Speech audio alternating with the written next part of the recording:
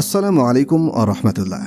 প্রিয় দর্শক, আশা করি মহান রব্বুল আলামিনের দয়ায় সকলে অনেক ভালো আছেন। পৃথিবীর সর্বশ্রেষ্ঠ মানুষ রাসূল সাল্লাল্লাহু আলাইহি ওয়াসাল্লামের পবিত্র রওজা সংযুক্ত থাকায় মসজিদে নববীর প্রতি মুসলমানদের শ্রদ্ধা ও আবেগ অত্যন্ত বেশি। এই মসজিদের পাশেই ছিল মুহাম্মদ সাল্লাল্লাহু আলাইহি ওয়াসাল্লামের ঘর।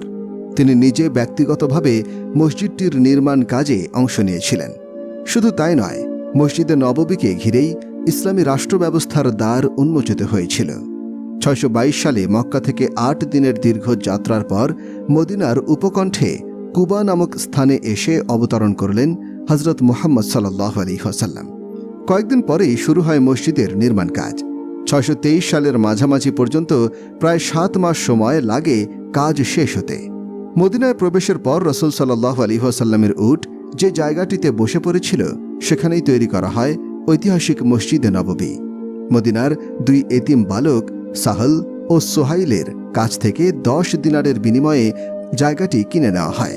টাকা পরিশোধ করেন হযরত আবু বকর রাদিয়াল্লাহু আনহু। জমির এক ছোট অংশে রাসূল সাল্লাল্লাহু আলাইহি ওয়াসাল্লামের ঘর এবং বাকি অংশ জুড়ে তৈরি করা হয় মসজিদ। হাদিসে উল্লেখ রয়েছে, মদিনায় পৌঁছার পর বনি আমর ইবনে আউফ গোত্রের এলাকায় উঁচু ভূমিতে ১৪ রাত অবস্থান করেন রাসূল সাল্লাল্লাহু আলাইহি ওয়াসাল্লাম। এ সময় বনু নাজ্জারের লোকজন তাকে ঘিরে ছিল। সবার মনে একটাই আকুতি, নবীজি সাল্লাল্লাহু আলাইহি ওয়াসাল্লাম যেন তাদের মেহমান হন।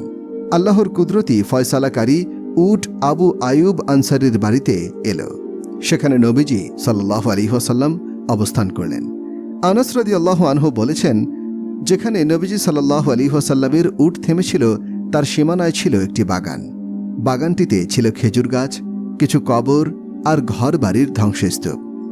বাগান মালিকদের অনুমতি পেয়ে নবীজি সাল্লাল্লাহু আলাইহি ওয়াসাল্লাম নির্দেশ দিলেন, খেজুর গাছগুলো কেটে ফেলো, কবরগুলো খুঁড়ে ফেলো এবং ঘর বাড়ির স্তূপগুলো মাটির সঙ্গে মিশিয়ে দাও।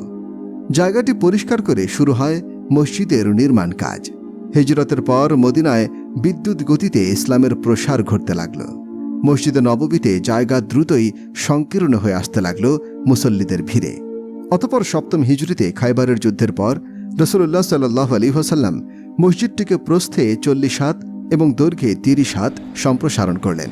এতে মসজিদটি ২৫০০ বর্গমিটারের একটি বর্গাকার গৃহে পরিণত হল। এরপর ইতিহাসের বিভিন্ন বাঁকে মসজিদে নববীকে সংস্কার ও সম্প্রসারণ করা হয়েছে। এর গম্বুজে যে নীল আস্তরণ, ১৮১৭ সালে কিছু সংস্কারের পর সেটা লাগিয়েছিলেন তুর্কি সুলতান দ্বিতীয় মাহমুদ। এখন পর্যন্ত সেই রং জ্বলজ্বল করছে। ১৯৩২ সালে সৌদি শাসনামল শুরু হওয়ার পর মসজিদে নববীর অভূতপূর্ব উন্নতি সাধিত হয়েছে।